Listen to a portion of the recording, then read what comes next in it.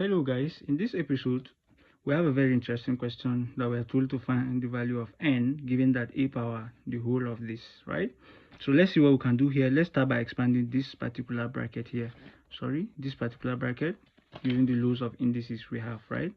Now clearly I will have something, this will be a power multiplied by 2, right? This is 2 into 3b plus 2 times a power minus b, right? Everything over, we're having this part to be a power 2b minus 4 to be equals to a power n. We are told to find the value of n, right? Now for this part, if I expand the bracket, I'll have a power 2 times 3b will give me 6b plus 4 times a power minus b, right? Over, this is a power 2b minus 4 to be equals to a power n, right? Now, law of indices, let's finish the numerator first. We are having something,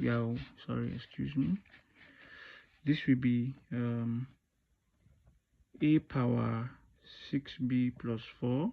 I'll be subtracting b since I have multiplication as operation between the two same bases.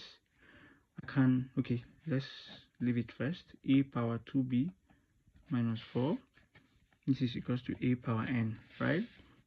Now for this, I will have 6b minus b, which is 5b, but let's do something here. This is a raised to power 6b minus b is 5b plus 4. Let me just subtract what I have here. Let me just do the operation from this level, right? This is going to be a minus, this is 2b minus 4. Everything equals to a power n, right? So that, let's expand the bracket. I'm having a power, this is 5b plus 4 minus 2b minus, plus 4 actually, because minus and minus is equals to this, right? A power n.